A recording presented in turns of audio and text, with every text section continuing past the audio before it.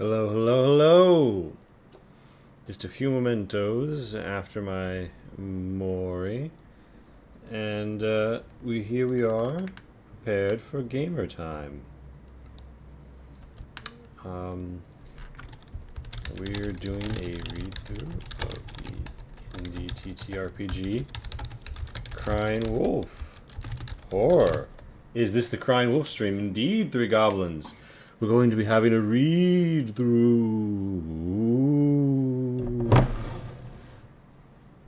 Yes! Hello, Mouse Parker. Hello, everyone. The survival... The indie survival horror ttRPG Crying Wolf by Michael Duxbury. And in fact, did I forget to put Michael Duxbury's name in my stream description? I believe I did now amend that right now.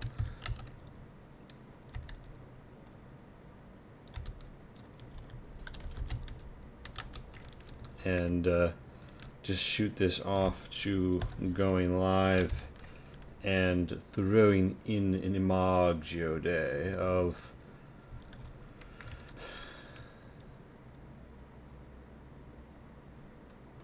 Crying Wolf. Yeah. By Michael Duxbury.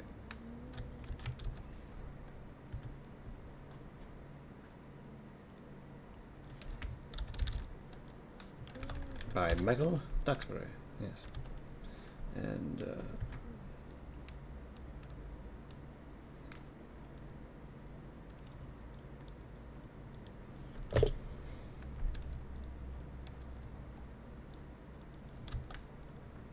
who am I? Yes. So hello. I'm going to be doing a bit of a read. I'm just ensuring that everybody is advertised to properly. Michael Duxbury. Here is going to be typed in this chat and this chat and this chat and level 1 geek. Well, I've got it out into the world.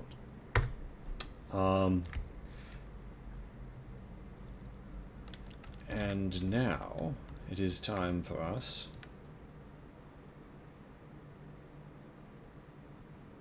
to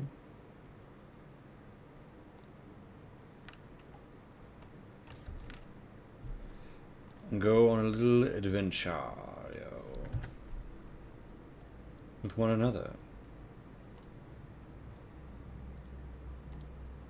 It is time to delve into Crying Wolf, you see. So, we begin, as we mean to go on, with a simple yet foreboding typeface, and a single drop of blood. It's actually fairly ornate type, to be fair. I like the frame. Immediately, I'm given pretty good expectations. The paper has a smudged texture, and I have an evocative name with nothing else to explain other than Crying Wolf, and a teardrop shape that strikes me as blood in the current context. 1 month ago, by the light of a full moon, a small band of young shepherds caught sight of a monstrous predator among their flock. The children cried, "Wolf!" The adults of the village came running, but the creature possessed terrifying powers to elude the village's attention. The grown-ups scoffed at the children's fanciful tale. Nobody believed them. Tonight, the wolf returns. If the children survive, it shall return next month, and the month after that. The shepherds know the wolf can be deterred by the villagers, but only if the villagers answer their pleas for help. If the adults don't come when the children cry wolf, they'll be on their own. Enter the monster, meat of child, is just as delicious as meat of lamb. Well, I'd say we're on to quite a start, and let me be positive before I go any further that we do have the good author's name upon this stream. Michael Duxbury, Sabad on Twitter, is the author of the experience you're about to be partaking of. So, well, we're about to be reading about. Oh, I do already have by Michael Duxbury on it. All right, very good, very good. I have all paranoia is already set in. almost for nothing. A contents table. We have here a svelte, tight contents table. There is an economy to it. The white around, frankly, the way that it's pressed in almost makes the game feel shorter. It's 21 pages before we get to the quick reference. But the fact that it's just these in tight sequence, you could spread this table of contents out over this entire page. But we have something compact. We have the moon. We don't have anything more than we need, but I would say we have more than enough right now with the economy of, and just look at this fucking moon. This shit looks like it's straight out of Berserk. We got like the impact zone, we got the skull face craters, we've got the dip into the below. I mean, this thing looks dead.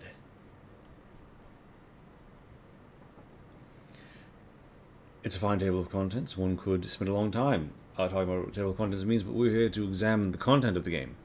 So, Crying Wolf, writing game design, Michael Duxbury, illustration and layout, Melissa Trender and Paul Richardson, playtesting, Jonathan Ashby, Elizabeth Burt, Stephen Duxbury.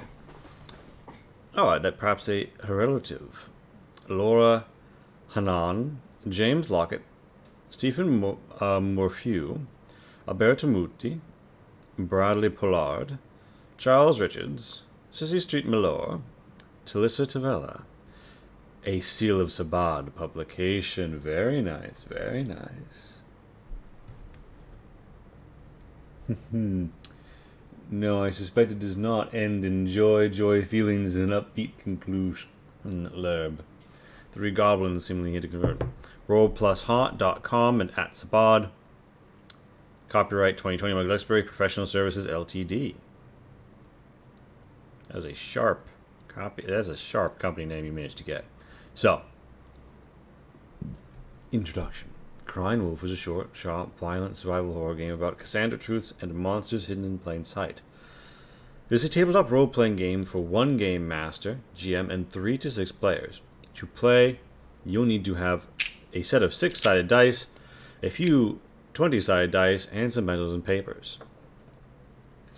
Now, we've already made a few assertions here. One, I don't know if you know this, but anytime you're in any space whatsoever and you're designing games and they evolve the D6 at all, there is going to be a clamor, a murmur, a deafening cacophony demanding that the game be D6 only, and that anything you do with another die could be done by D6 instead. That just physically isn't true, but metaphysically it also isn't true. So I find it interesting that we were being told that we have the sets of the 6-sided and then a few 20-sided. Sometimes you just need to modulate by 5%. And some pencils and papers. I find it interesting that we were talking about a minimum of 3 players. I have only seen a bit into the game. I'm going to guess that some of the mechanics particularly on CareGen work best at minimum 3. No prep is required. I think some people just hopped right out of their seats and went to buy this. So remember, Crying Wolf, look it up. No prep is required. And the text is presented so that GMs can read through it as they play. Now that, we'll get into that. This includes directions on how to portray the wolf and adult villagers, and how to frame each scene of play with narration that sets the tone of violent survival horror. Like the fable that inspired it, Crying Wolf features dead animals, dead children, neglect, and behavioral discipline enforced through threat of violence. It is essential all players are aware of this, and consent to the content before beginning play.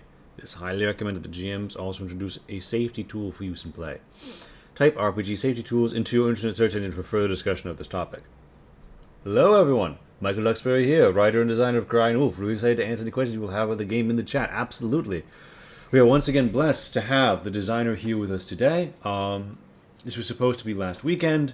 Unfortunately, due to a oopsie with the power and internet in my region in the wake of a large storm, and this did not happen. I suppose that is the violence that was done to me by nature. I wonder what lurks in nature. for us to gather here today. But yes, many things to recommend it. No prep required at all. The DM can come in. The GM can come in equally unawares. We have a good recommendation here in terms of safety tools. I find it interesting that we have an entirely analog description.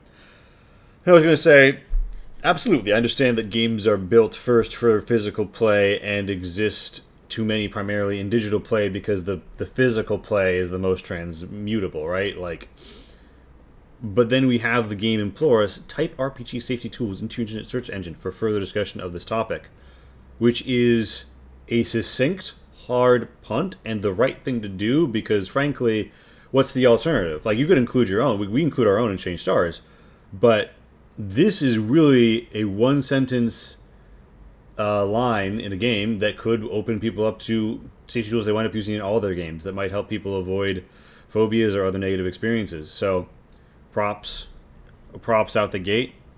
And I mentioned earlier, I don't know if you're here, Michael, but I'm sure you endure the cacophony because you see there's 6-sided dice in your game, but you also have a non-6-sided dice. And couldn't you really find a way to use I mean, you couldn't. This is the sweet 5% modulation, right?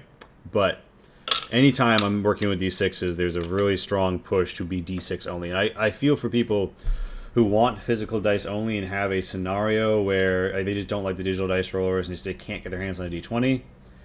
That is more of a thing outside of like the United States and UK and parts of Europe. Like, there are places where it is hard to get anything that isn't a D6. I do feel for them. But there are some games where you do, even if it's primarily D6, you do need some D20s. So we've seen a lot, and we can tell between the table of contents, game setup, the hunt, the punishment, the second night, the final hunt, the massacre, quick references, that we've got the order of the game laid out for us, and the GM can read along. So we have here in the survival horror game probably a bit of a terminal trail. I'm all for it. I think that this is a unique scenario where everyone can be learning together, and it is not a homework assignment for the GM ahead of time. And I think that could make Crying Wolf a very special evening for a group of friends so interested in this sort of experience. Game setup. Each player starts by generating a character, one of the shepherd children who watches the village's flock of sheep by night. Each player should cite the child's name, age, basic physical description, and what their parents or guardians do for the village. Important note, parents or guardians. We have a very svelte economy of words here. We are choosing to point out that the guardian with whom the child lives may not be their parents. Each player should choose a simple toy that their child carries with them at night. The toy needs to be something that could protect them when the wolf attacks, but players are free to interpret that as broadly as they wish. An exhortation to interpret broadly. Very nice. Example toys include a crock, hatchet, doll, rope, slingshot, miniature, table beds, knife, a bracelet, mirror, a ring, or a hoop. Now these are good examples because if you asked me if a bracelet was a toy, I would say no, it's an accessory. That being said, I maybe don't have a very broad mental horizon in some regards when it comes to a certain area. And as we take all of these games where they're coming from. This game, this game is a role-playing game, and this game is setting us on a mutual path. And we journey forth together. So, yes, these are what toys are. And I think that it's important that we have this example list, because it gets us in the mood, and it gets us thinking about it. And it also says, yeah, defend you against the monster. A mirror, a bracelet, a hoop, a ring could defend you. Like, I could, slingshot, crock, hatchet, knife, all obviously have defensive function, but we're interpreting broadly. I think it's putting us on a good path. Michael says, this will become apparent later in the game, but the D20 is used for really pivotal moments of drama. For that, I wanted the swingiest die I could reliably get my hands on, so the outcome is as uncertain as possible. Magnifique. Very good. Now, this is something that I scrolled to when I first peeked out the game. I didn't want to read all the way through it before the stream. But when Michael first sent it over, and I think that this is going to set the tone in a very strong way. Because you see, Once these decisions are made, you just know physically what your character's like and the toy they have. Each player should point to one of the other children, and they do have some basis for doing this because they know, like, just the teensiest amount about them. They know who their parents are, yada yada. Say, I think you're brave. I think you're clever. I think you're fun to play with. I think you're mean. I think you're stupid. I think you're fun to tease. Any other children who agree with these accusations or compliment should state their agreement by chorusing the statement. You're brave, you're stupid, you're fun to tease, and so on. So, Karagen with a J'accuse phase, instantly elevating, right? We are all learning what is happening together. The GM is possibly not read any further. All he knows is that these kids are getting fucked up, and they are children, fundamentally. This is a childish exercise. It is also, I'm going to guess, going to be a Karagen element that matters. But even if there's no mechanical relationship to this at all, you've really set a tone here, and you've really begun to say who these kids are together. A lot of horror media focuses on later teens, young adults, and they get into dynamics, and they get into stereotypes. This is a deeply interpersonal dynamic, and I think that is very strong to begin on when you're thinking about a group of kids who are always hanging out together. Not even hanging out, like this is they're probably not going to school. Like, this is your life. Welcome to the village, kids. You watch the herd, you know? And the tyranny of a small environment and a small social circle and what that generates, particularly when they've known you for so long. Finally, each player describes one detail about the flock they are shepherding. Examples include details about the flock. Example details include the size of the flock, the fences around it, its position relative to the village, the sheep themselves, or one particular sheep, a sheepdog companion, or the border. Notice it doesn't say the edge of the woods, it just says the border. In a 3-player game, each player should describe 2 details. Yes, I also noted that 3 players is the minimum, which I find interesting. And I think and 3 to 6 players, and regardless of whether or not you consider the GM a player, right? Because that's a debate one can have. When we say players, we mean the players who have characters, who are player characters. So 4 people, minimum. And 3 to 6, it's a tight band, and it suggests, some elements of this game might not want you to have 2 PCs. Or at the very least, it seems like we're hitting a, particularly with the fact that when you're down to 3 players, each player should describe 2 details. We're already cushioning you up if you're running at 3. The hunt. Play begins with the night of the wolf's return. The GM sets the scene, describing the flock, the full moon, the darkness, and the position of the children find themselves in. Eventually, the peaceful watch is disturbed by the wolf's emergence. Forgive me. When introducing this initial scene, GM narration should pay special attention to details the players provide in the game setup. This is good advice in general. Pay off what your players have put in. You can give the players a little time to find their character's voice before the wolf arrives, or skip straight to the action. Whatever seems better. Again, we're giving, in an otherwise linear progression, we're giving the right leeway. We're giving the right free hand, the right advice, to my eye, and how I think, to everything that I've absorbed thus far, 7 pages in about this game, this is absolutely what you should be doing. And remember, the GM has quite possibly not read any further. There's no throwing it, like, there's a reference at the back, but that's not what's presumed here. We've been told you can read this through, and we're reading it through, and this sounds like the beginning of a very frightening adventure. And the fact that the GM can more or less have it alongside the players, again, a unique element that recommends this game. So, we know eventually the peaceful watch is disturbed by the wolf's emergence. When introducing this initial scene, whatever seems better. If stumped, ask the children if they are expecting the wolf to return, or if they've convinced themselves they imagined the encounter like the adults insisted. Did they get gaslit successfully? Oh god, it's soggy. Sorry, I'm being sad about food. If stumped, ask the children if they're expecting the wolf to return or if they have convinced themselves they imagine the encounter like the adults insisted. The wolf is not necessarily a literal wolf! Exclamation mark. It can be any kind of dangerous creature for the GM to describe as they see fit. Whatever form the monster takes, it is always terrifying, intelligent, and primed for violence. It fears nothing the children do. It only fears the villagers. Hello, Vincent. Hello. We do have the author, Michael Duxbury, here with us today. The player should be aware of 3 things. The children have encountered this monster once before and know it is a threat. 2. The adults can't see the monster. The children call for help, which will scare off the wolf, but the adults won't believe their story. They'll be punished. Number 3. It is the children's job to protect the flock from the wolf. If they fail, they'll be punished.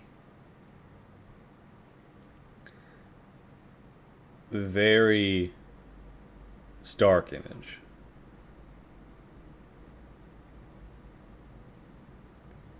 We have a good economy of image use here. We've had the moon, the jaw, a little cabin in the woods. This might actually be, I don't know if this is Seal of Sabad general or specific to Crywolf. It feels Crywolf, but it could just feel Sabad. I don't know yet. The children should now describe how they protect the flock from the wolf. The only way to do so effectively is to sacrifice one of 3 resources. Effort, toys, and meat. Each time a child sacrifices one of these resources, their player rolls a d6 and adds the result to the group's running total. The higher the total, the better the chance of protecting the flock. Ah. I recently asked a question.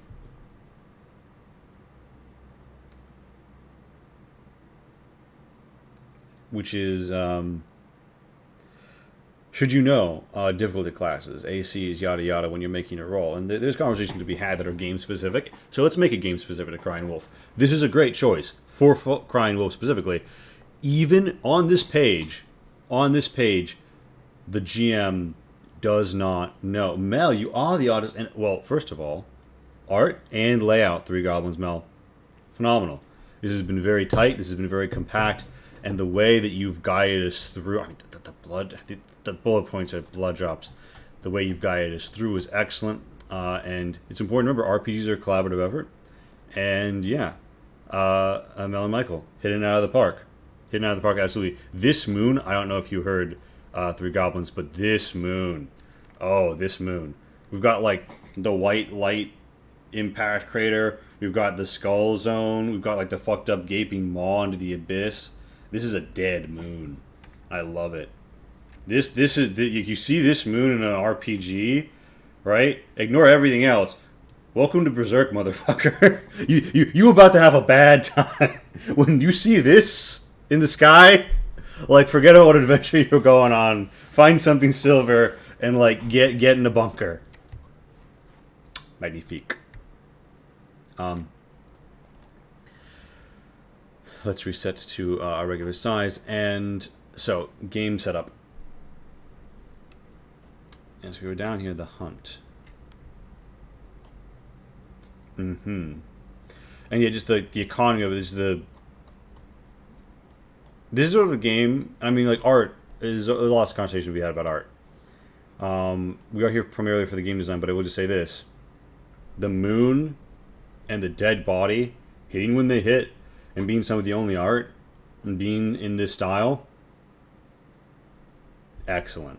It is drawing me in. Every piece arrests me. It adds to the page. It adds to the gravity of the rules. There's not a better punctuation mark you can put on. The higher this total, the better the chance of protecting the flock.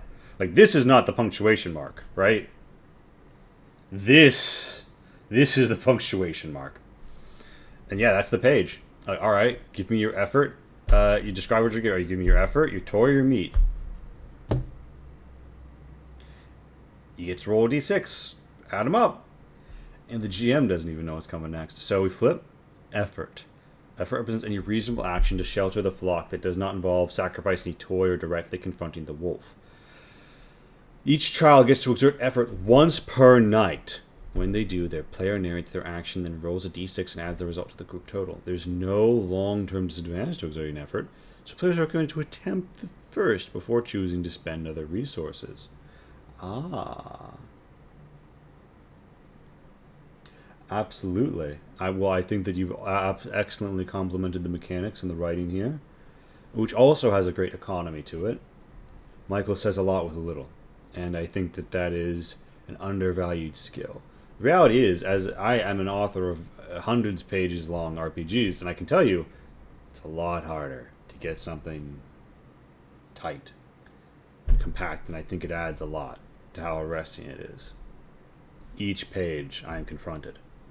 And I think that that's the intention because, again, the DM can read along with the players as they go forward. And that is a hit. It occurs to me, this is probably a double spread. Yeah, 8 and 9. I wonder if you see these pages together. I should go get the double spread. Hashtag preparedness fail on my part. But, so we know effort. No long-term disadvantage, we're recommending it, we're outright recommending it. Toys. Each child can use their toy to protect the flock, keeping the wolf at bay, chasing the flock along, or throwing it to the wolf as a distraction. Whatever action they take, the result is a permanent loss of the toy, most likely due to destruction by the wolf's savagery. Any player can narrate the use and loss of their child's toy to add a d6 to the group total. Children can only use their toy once in the whole game, after which it is lost. Ooh, meat. I thought that meat referred to, like, strategic sacrifice of the flock. However, if any of the children decide to directly engage with the wolf to fend it off with physical force, then they can add an additional d6 to their group total. No child ever confronts the wolf unscathed, though, as the monster takes its due in flesh and blood. Each child can choose to sacrifice this tithe to the wolf once per night. The first night a child does this, they are savaged. I believe this is the first instance of red text, and it is appropriate. Wounded, damaged, savaged by the wolf. The wolf's fangs and claws rend terrible gashes along their arms and torsos, opening wounds that will not heal for a year or longer. Perhaps ever.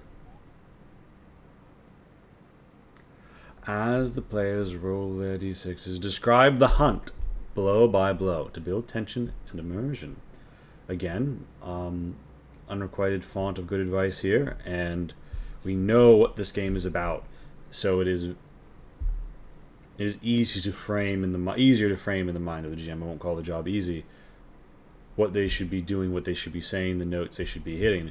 Somebody with sufficient experience who's all read through the game and has their own ideas will feel free to modify this because they already feel free.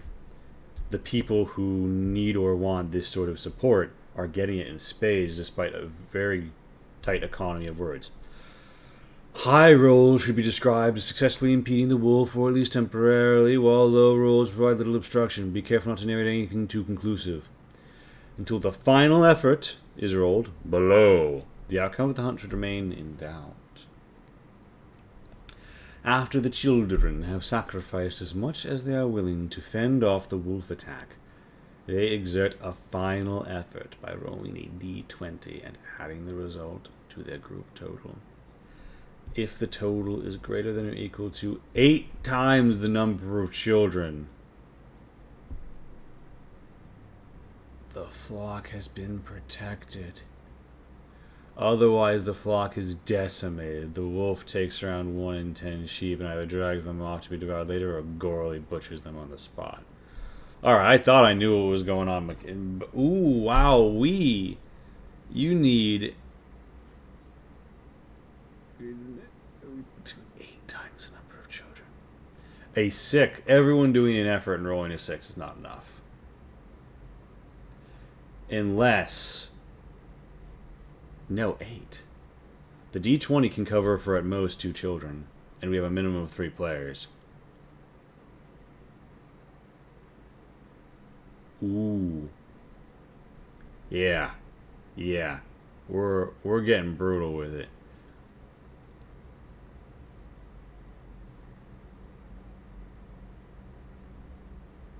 Nice. First of all, it's a wonderful reference to provide. And I can see why that's in references for this sort of a game rather than right here.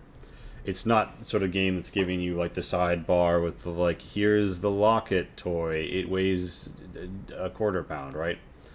And again, the way the doll just looks at me. I mean, faceless, but looks at me. I feel sad, frankly.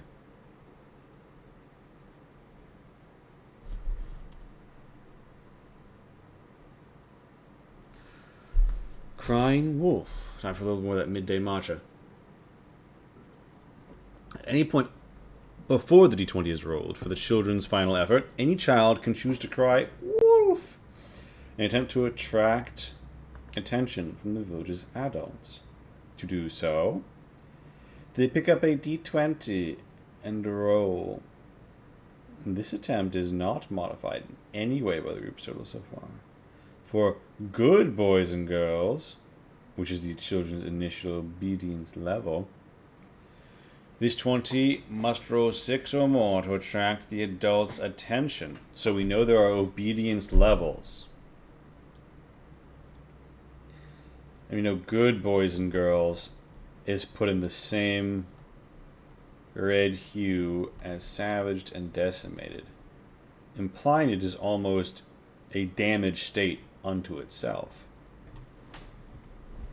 Or it will degrade from that to a damaged state as their reputation declines. Success immediately brings an end to the hunt. Any point.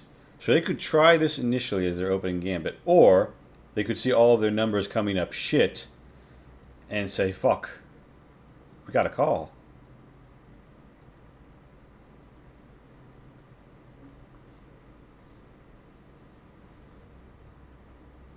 This immediately brings an end to the hunt as the wolf flees the village's arrival. Failure only enrages the beast. Multiply the number of players by 2 and add that value to the amount the group must score to fend off the wolf themselves. Oh.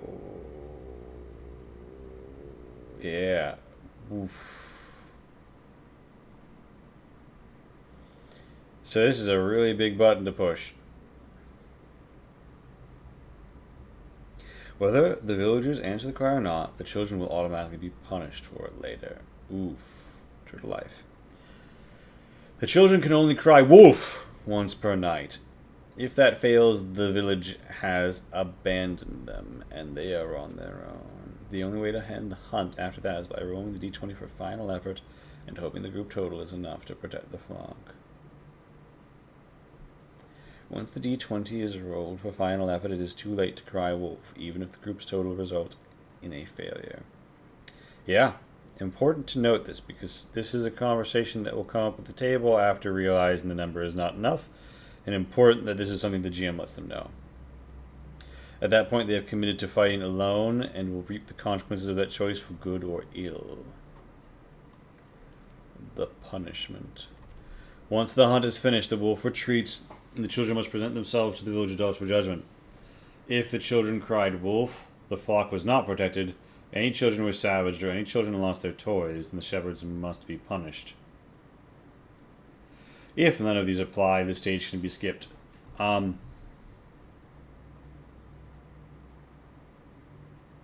Is this mathematically possible?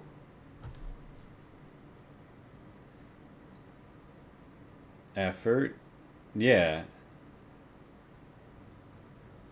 Each child maxes 6 from their effort, which everyone can do every night. You know, x times 6 is always less than x times 8.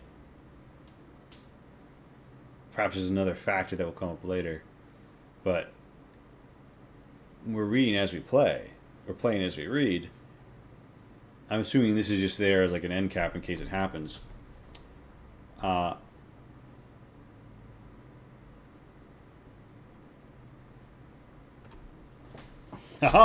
If you roll lots of 6s. Ah, yes. The final effort. I'm forgetting the final effort because it wasn't used the way I was expected it to. And that's a delight. I delight in being surprised. But yeah. Woo. So you're you're more likely to be dead than you are to be unpunished. The GM, speaking as the adults, and demand an explanation for what has happened. And the players roleplay the children's response, sticking together or ratting each other out, per their inclination. As each child offers an explanation or determinedly remains silent, they roll a d6 and add to the group's total. Finally, the group rolls a single d20 and adds the result to the group's total to calculate their final score. The value to escape punishment starts at 0 and is added to as follows. 5 times the number of children if the flock was decimated or gouged. 4 per child who was savaged or mutilated that night. Is this our first time seeing mutilated?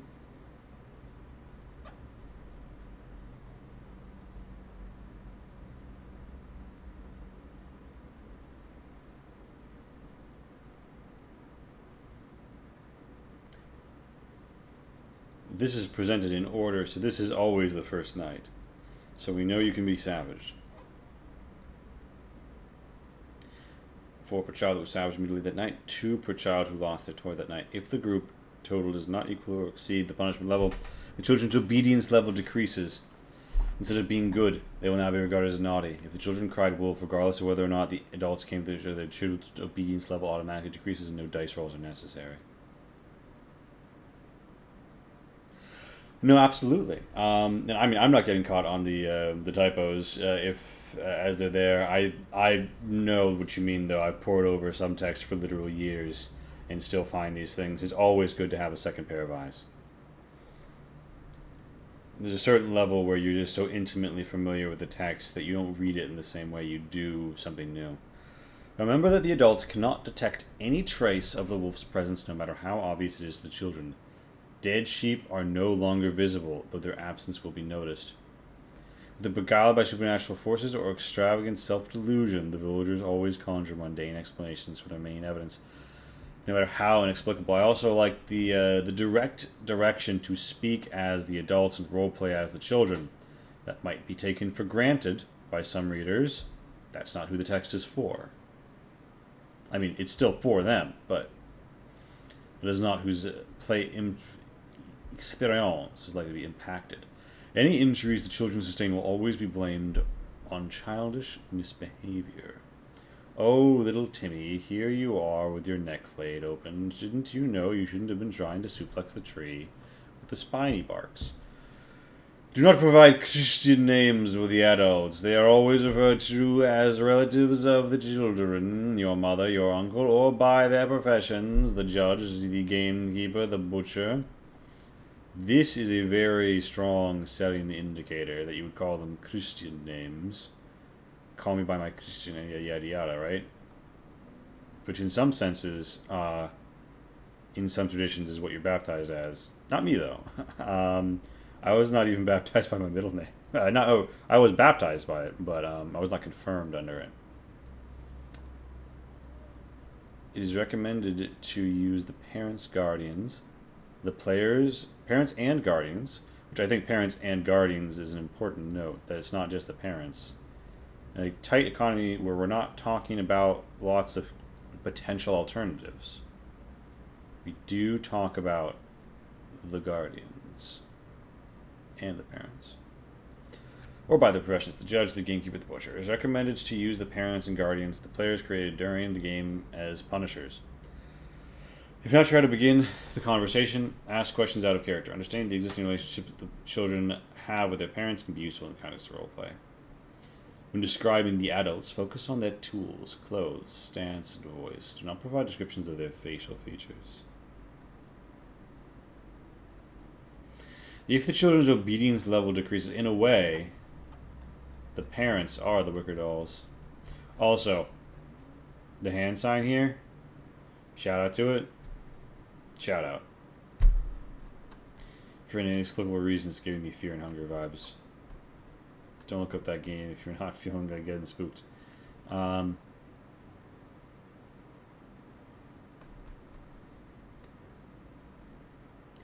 yeah, so these are always faceless These are always faceless adults. In a way, and this is going to be a weird analogy, it reminds me of cartoons that deliberately don't show the parents' faces or heads ever. It always cuts off at like the legs or the torso. That's deliberate. It is a removal of them from the plot. It shows that they are above the level of being face to face with a kid.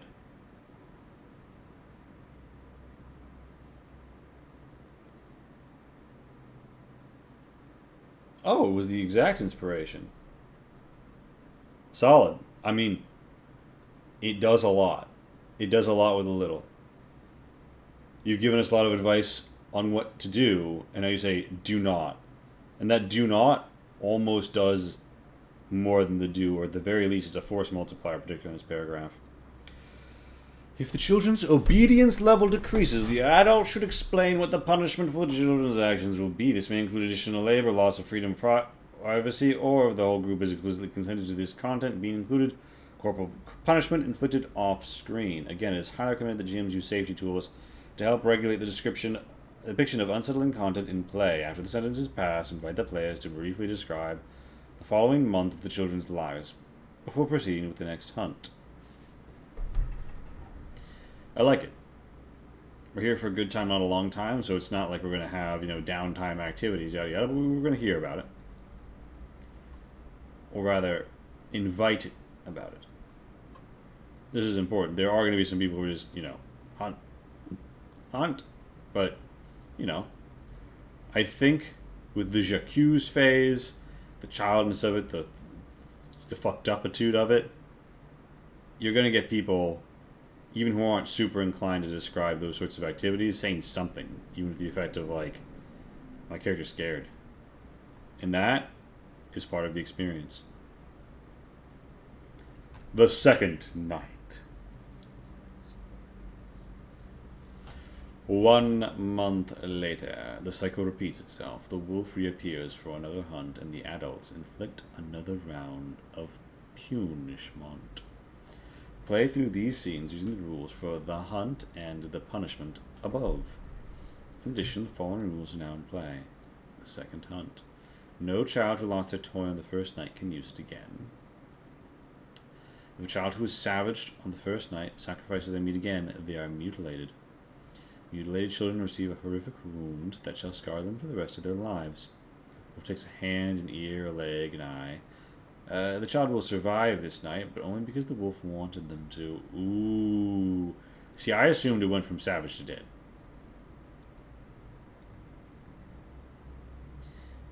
But that bit right there, even though the meal is just as succulent, as we learned earlier, they're toying with this food. The group total required to protect the flock is now 10 times the number of children. Ay, ay, ay. If the children are still regarded as good when they require, and they call wolf, require 6 or more. However, if the children are naughty, 12. If the children fail to protect the flock, then it is decimated. If the flock was already decimated on the first night, it is gouged. Fully half the sheep in the children's care are bloodily dismembered before their eyes to satisfy a predator's hunger. Even this, like, it takes off a tenth, then it takes half. This is a fairy tale. This is a gruesome escalation. This is an orgy of violence. A feast in the night. The liminal space at the edge of the world the villagers don't want to accept, and yet will send their children to face.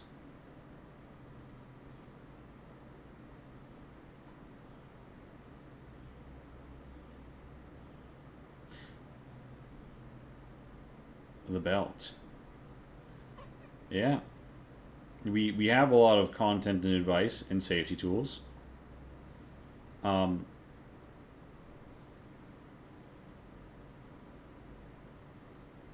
But it says the second punishment, and on this page I see a belt. The message is conveyed. Hungus Cologne, hello. If the children were regarded as naughty at the start of the night, their obedience level decreases.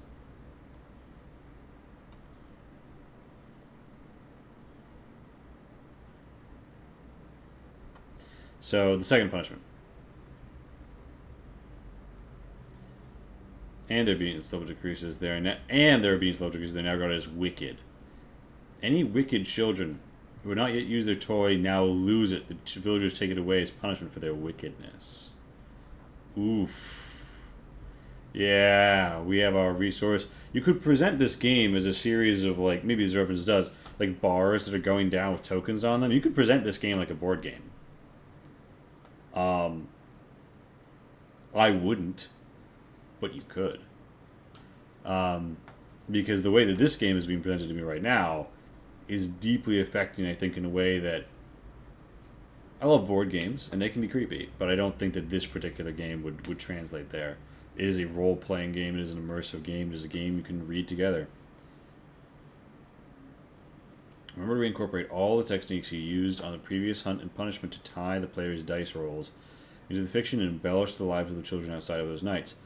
If character arcs begin to emerge naturally as the children vindicate or defy the labels of bravery, cleverness, or stupidity they are branded within the character creation, so much the better.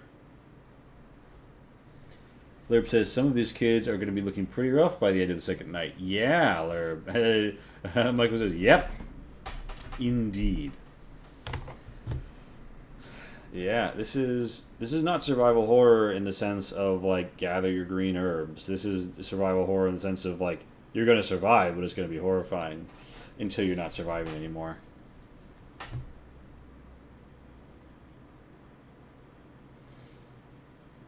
Yeah, I like that so much the better. I like that this is just a callback to that initial J'accuse phase, which is, as far as I can tell, a role-playing exercise, and an immersive exercise, and a childish exercise, and an effective one. I haven't seen it happen, but I'm going to call it effective right now. I'm calling it. The final hunt. After the second round of play, proceed with another month to the final confrontation. This time the wolf's hunger outweighs its sadism.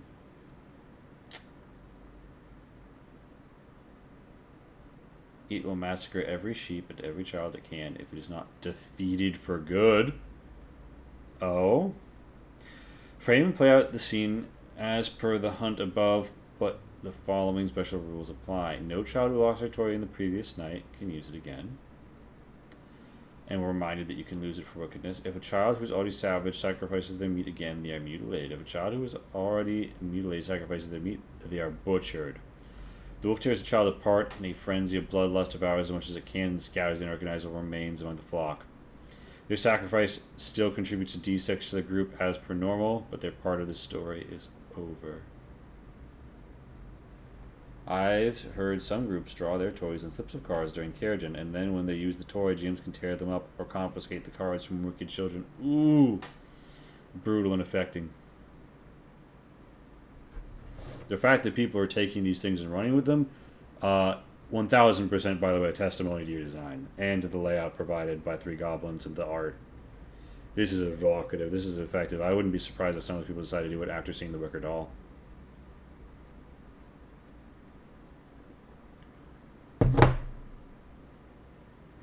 The children are now fighting to save the entire flock and possibly their own lives as well. The group total required to accomplish this is 10 times the number of children. The flock has been decimated, the number is 11. If it's been gouged, it's 12. If the children are regarded as good, the required value to cry wolf is 6 or more. If the children are naughty, 12. They are wicked, 18.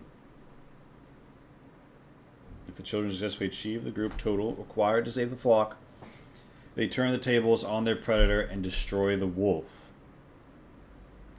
Any children who were not butchered will survive. No adults will ever believe the children went through, but there is no punishment stage following the final hunt. Instead, roleplay or narrate a fitting epilogue for the survivors.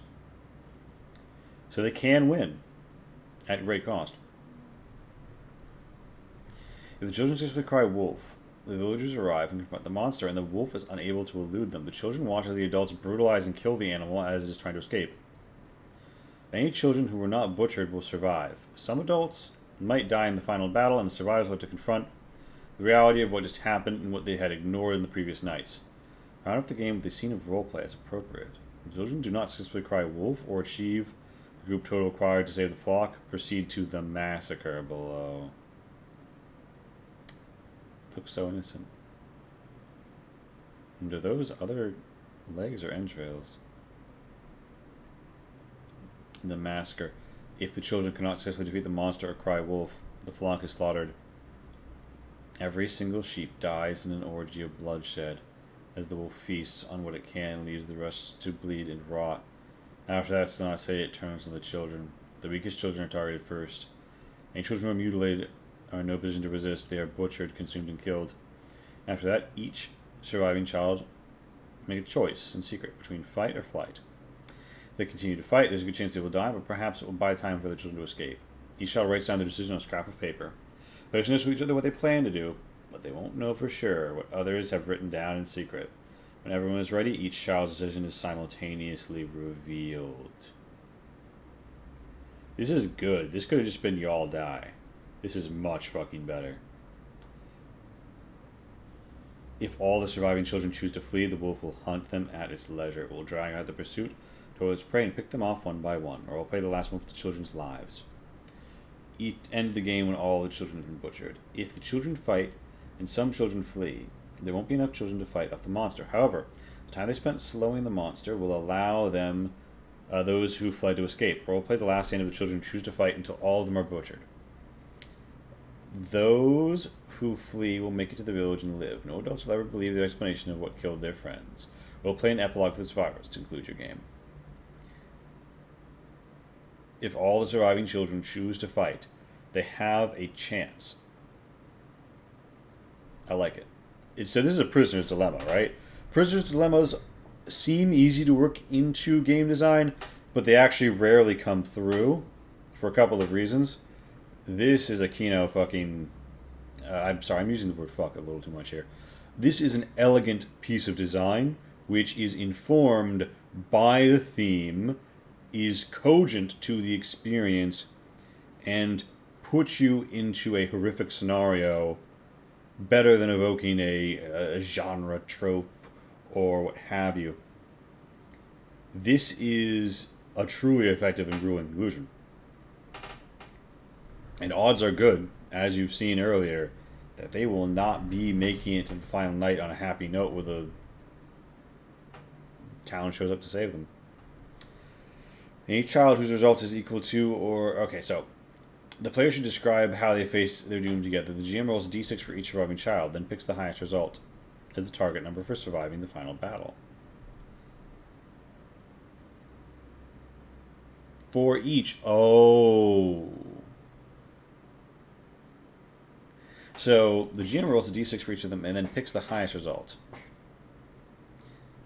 So maybe you get a 6. Then each rolls a d6. Any child's result is equal to or greater than the target number will survive. Oh, brutal.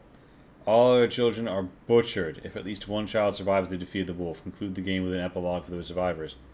The heroes of a battle no adult will ever believe they fought. If all children are butchered, the wolf will lose the village again, having feasted on every child and sheep and finally satisfied its hunger.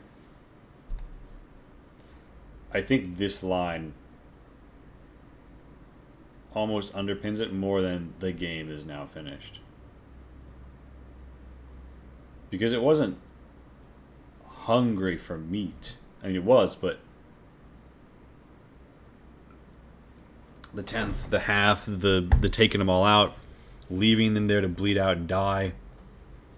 You know, they hunger. They hunger for the flock. They hunger for the youth. And they're scared of the town. I think that this is a very effective fairy tale. The hunt quick efforts. Sacrifice and effort plus T6. Each child can use once per night. Sacrifice and Tori. Each child can use once per night. Then raise them each. Becoming savage, then mutilated, then butchered. Crying wolf. 6 plus on a D20 for good boys and girls. D12, naughty. 18, wicked. They receive the wolf retreats on his over. Final effort. Group total. Each group do. The punishment quick reference. Excuses plus 6 plus D6. The group total. Each child can use it once per night. Final effort plus D20. The group total. Each group can use it once per night. If the children cried wolf, regardless of whether or not the adults answered the cry, the obedience level is going to go down. Group totals. 3 plus GM, 4 plus GM. We're keeping the GM there because some people are not going to think about what we discussed earlier. We're like, okay, well, 3 players for player characters, but technically there's also the GM for 4 people. The first hunt, flock gouge, flock decimated. Yeah, these are some gnarly totals to hit.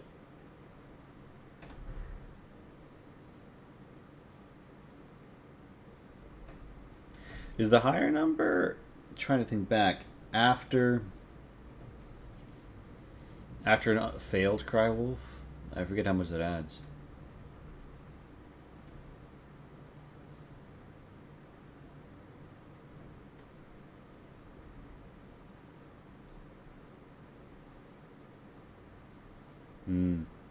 This is good. So, technically speaking, when you read the game, the only thing you really need to look back on, probably for the most part, is going to be these 2 pages. Very nice.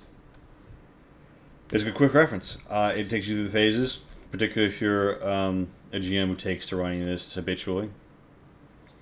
But yeah, I could have run that alongside players and been just as surprised as they were at each thing I was reading.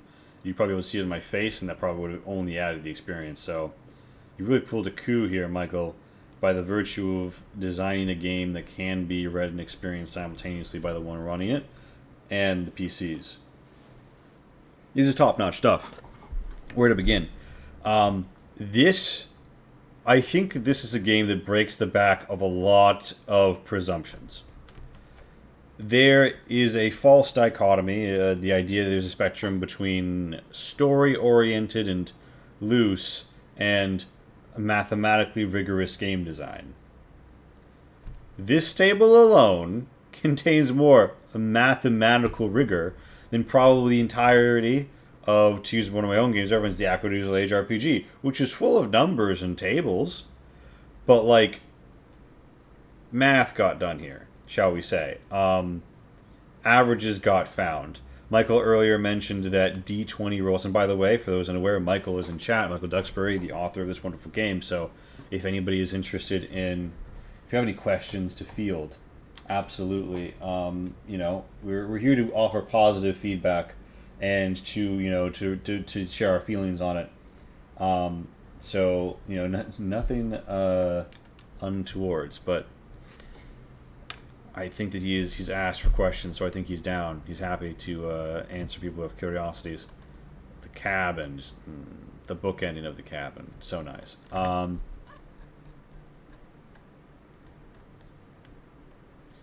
The way this table of contents just pushes in and condenses it all.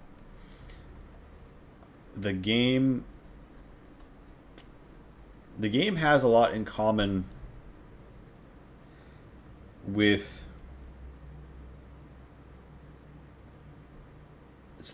rather than rolling for successes or trying to gauge fairly like grokkable numbers, you are trying to hit a really specific mathematical total, and it modulates like as a multiple, and that's good.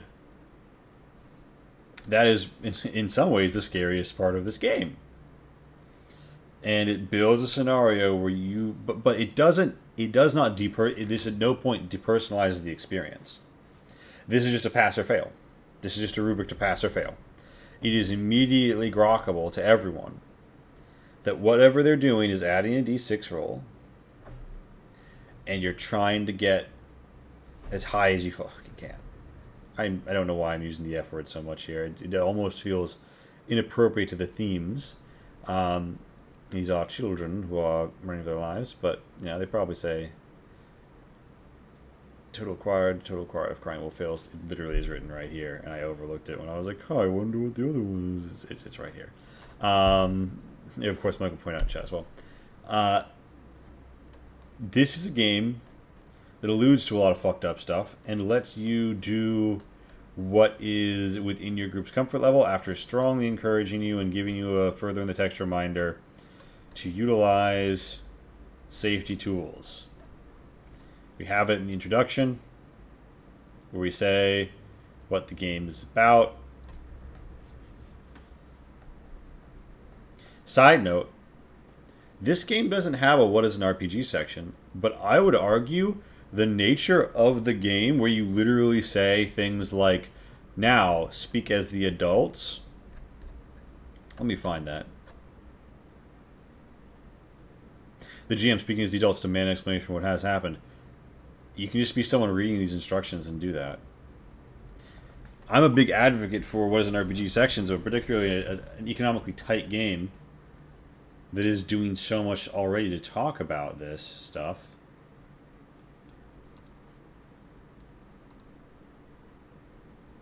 You know? I think this is an incredible, incredible work. So, Michael, how much more work was it to put it into the linear format? Or is this actually how you conceived of and wrote down the game's rules and you just polished this up? Because for me, the mean feat you've pulled off here of the GM and the players can read through and have a simultaneous experience is a titanic feat, not to be confused with the Titan. A titanic feat of game design. I'll make my smoke cloud larger. Ooh. I'll make it smaller. Ooh.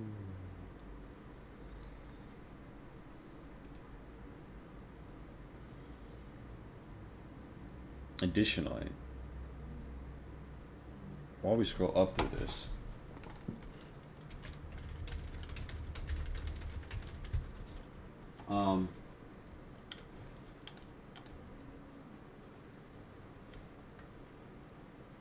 reviews. So, Crying Wolf is available for $5.99 on Twitch. Not Twitch, on Readthrough. Part 1 of the Dark Aesop trilogy. Well, part 1 of a trilogy, folks. You can find him at Sabad on Twitter and Itch, and Seal Sabad on Itch. And what can I say? I think you ought to consider Michael's games. You got to consider Crying Wolf. It's an impactful one. I imagine that playtesting often called for new groups.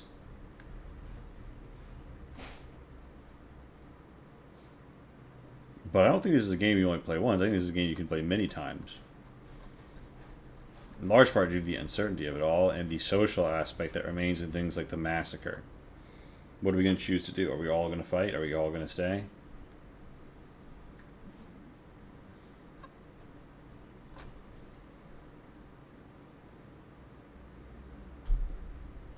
In making the game something players could learn as they play, I was inspired by a number of games that did the same. Microscope, A Penny for Your Thoughts, a couple more you're forgetting, valid, relatable. Yeah, I've heard of Microscope. I've never given it a go. That's interesting. So you were influenced by games you liked, and you incorporated that into your own design. Solid. So was the working document that you ran from or whatever more like the quick reference? You had everything sort of bunched up, and then when it came time to thresh the paper at the mill, so to speak, and make it a game for others to use, you did it like so, or am I presuming too much about the process? Like you were always building the product, so to speak. Not I don't mean to say that like it's a product, not art. Like it's art, right? But you were always building towards the final form, beginning with the intro and such. Crying Wolf at any point. This is overall a wonderful game. The main text didn't change much in playtesting. The numbers changed a lot. I wanted to make it as mean and tight as possible at all play sizes. Yeah. I can see when it was a tight 3-6, I was like, huh? But, I mean, now that I know the game and how it works, yeah. You could play it with more or less people, but that would be some tight work. As a side note, I expected it to be possible to die earlier on through the effort system and getting mutilated. I think it's neat that you keep them into the end always. As far as I can tell, it can only happen on the final night. The main text didn't change much in playtesting. But yeah, so you've definitely evolved. You've definitely built a very strong game. Now, the Dark Aesop trilogy, this is obviously a game about, like, the Don't Cry Wolf. Which is smart and good. I think a lot of games seek to add weight and terror through character death, and that's appropriate for many games. And we're not saying this to be negative about anybody else's game, but simply to say, I appreciate Crying Wolf for that. For being a game which is brutal, affecting, and yet is an experience for everyone. It's keeping everyone in this until the final mark. There's, again, much to recommend that. It is an experience for you and your friends to have one night. And an experience to have many nights thereafter. I can't speak much to the math, as it is slightly outside of my wheelhouse at this juncture. Because one other thing that this game does that's pretty unique for tabletop role-playing games in this era is you total your sums. So, you know, if I had TA84 in Google, I could probably recall some of these things. Because you're having to do, you know, 6 choose 1s, 6 choose 6 times, 6 choose 3 times. You're having to calculate that, multiply that. Yeah, I can see the numbers being the most complicated part of this game. Many people would choose to cut through this Gordian knot and design it in a different way. I applaud you for sticking it out, Michael, because, you know, sometimes it's every little confounding twist of the thread that comes together to make what is experienced to the player a simple and straightforward game. A very tight engine under this. So, I think that in terms of closing comments, I would just say this is, again, a game that blows wide open the dichotomy that there is either mathematical rigor or accessible story. This is a very accessible to the player's side. This is very simple. You add the d6. You do the thing. You got under the number. Ah! You got over the number. Ah! That's not hard. This is a great role-playing experience. You have a J'accuse phase. You know, which is the cornerstone of Karagen. How can you not love a J'accuse phase? I think you're brave. I think you're stupid. You know, which, again, I actually thought these might have a mechanical effect. And I almost want to say they do. Because it is a mechanic of the, not for the players, but a mechanic of the game to the players. In particular with the chorus of approval. You're brave. You're stupid. You're fun to tease. Is getting them in the mindset. And that's bringing them closer to the experience. So there is a narrative payoff to it, I think, is what people would default to. But almost narrative and mechanical, again, breaks down here. And is not the appropriate way to speak about it. I think epistemologically, if you have a theory of knowledge that says story game simple, little no math, crunch game, big, lots math, little story. I think that this is one of those games that challenges it and challenges what some of the more common conceptions of role-playing game can be. This is based on no other existing system, or if it is, honestly, it doesn't matter. This is presented this to me, and this is it to me. You can't trademark a mechanic. Crying Wolf is Crying Wolf, and it's brilliant for it. Michael, are the other 2 games the Dark Aesop trilogy out, or are you still planning those? I'm interested in what other fables you're choosing to go for, or have already chosen to go for.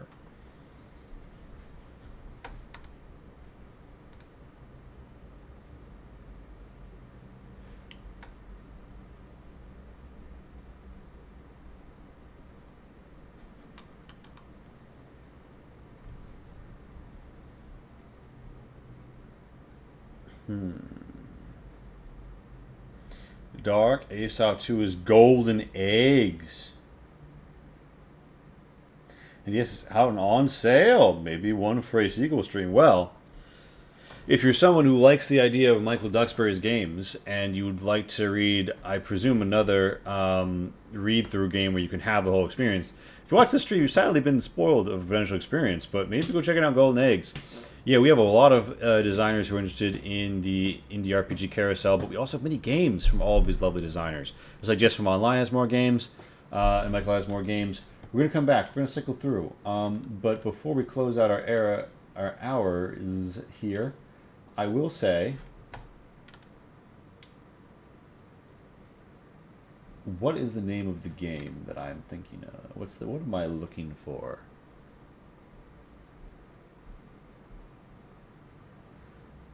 Part 3 will be Lion Shares, which is a whip. Ooh, I'm fascinated with where that one's going. And Golden Egg, honestly. So you decided... What was the motivation to make it a trilogy? Were you just like, I have these 3 specific games in mind, or I would like to make a trilogy of games, I think it's a neat thing? Like, what's led you to this? What am I searching for? Romance? I'm looking up the carousel. The carousel. Comely, the carousel. Did I spell carousel right? Yes, I did. Okay. So, that's another. We've had a first successful stream. Oh, Polytheist is another fun game by Michael Duxbury, in case you're looking for something a little less heavy. And I believe next on the docket is Will Adept Icarius's Arium Create and Discover.